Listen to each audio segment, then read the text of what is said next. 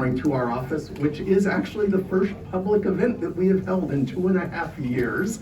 So thank you.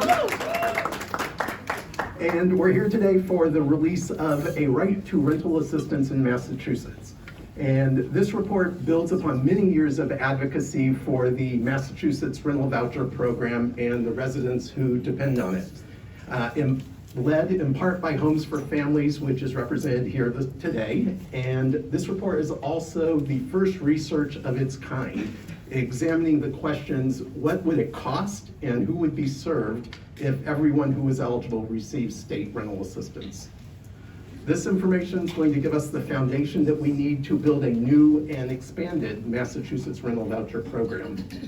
This morning, you're going to hear a presentation on the data and then perspectives from across the state and among the diverse group of people who care about this topic.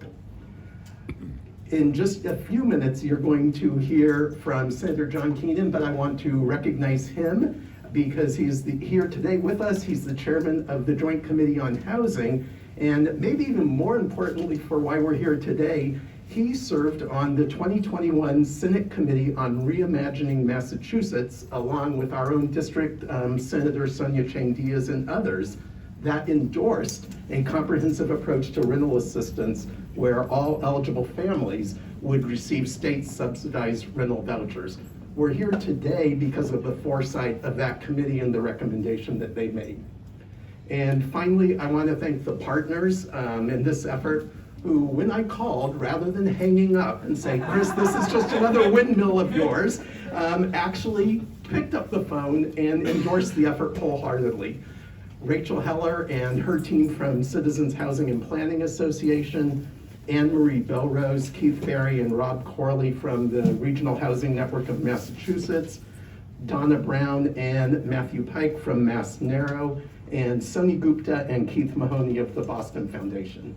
And now it's my pleasure to introduce to you Evan Horowitz, who is the director of the Center for State Policy Analysis at Tufts University. I love an ovation in the morning. I don't do my stand-up. I do want to apologize for, I didn't know it was a suit and tie thing. Yeah, let's just actually jump to the, oh, I have it. Maybe I have it. Other way, it's upside down. Also, I hit the wrong button.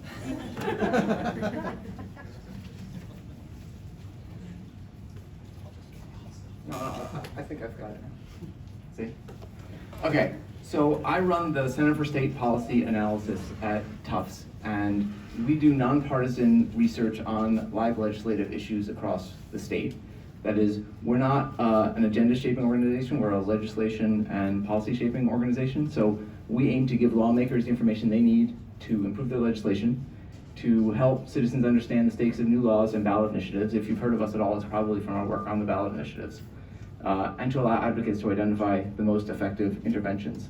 I should say, if you're worried about the amount of text on my slides, it's not different from what I'm going to say.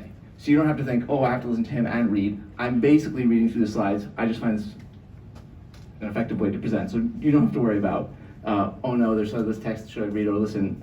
You can do both. So just some background on this program. Massachusetts created the first rental voucher system in the United States. And MRVP is still the largest state-funded program. There's no state that has a larger program. That doesn't mean it's particularly large, but it's the biggest program that's existed in any of the states. You think of it as a partnership to pay. That is, we ask households, families, to contribute what they can to rent, and the state picks up the difference.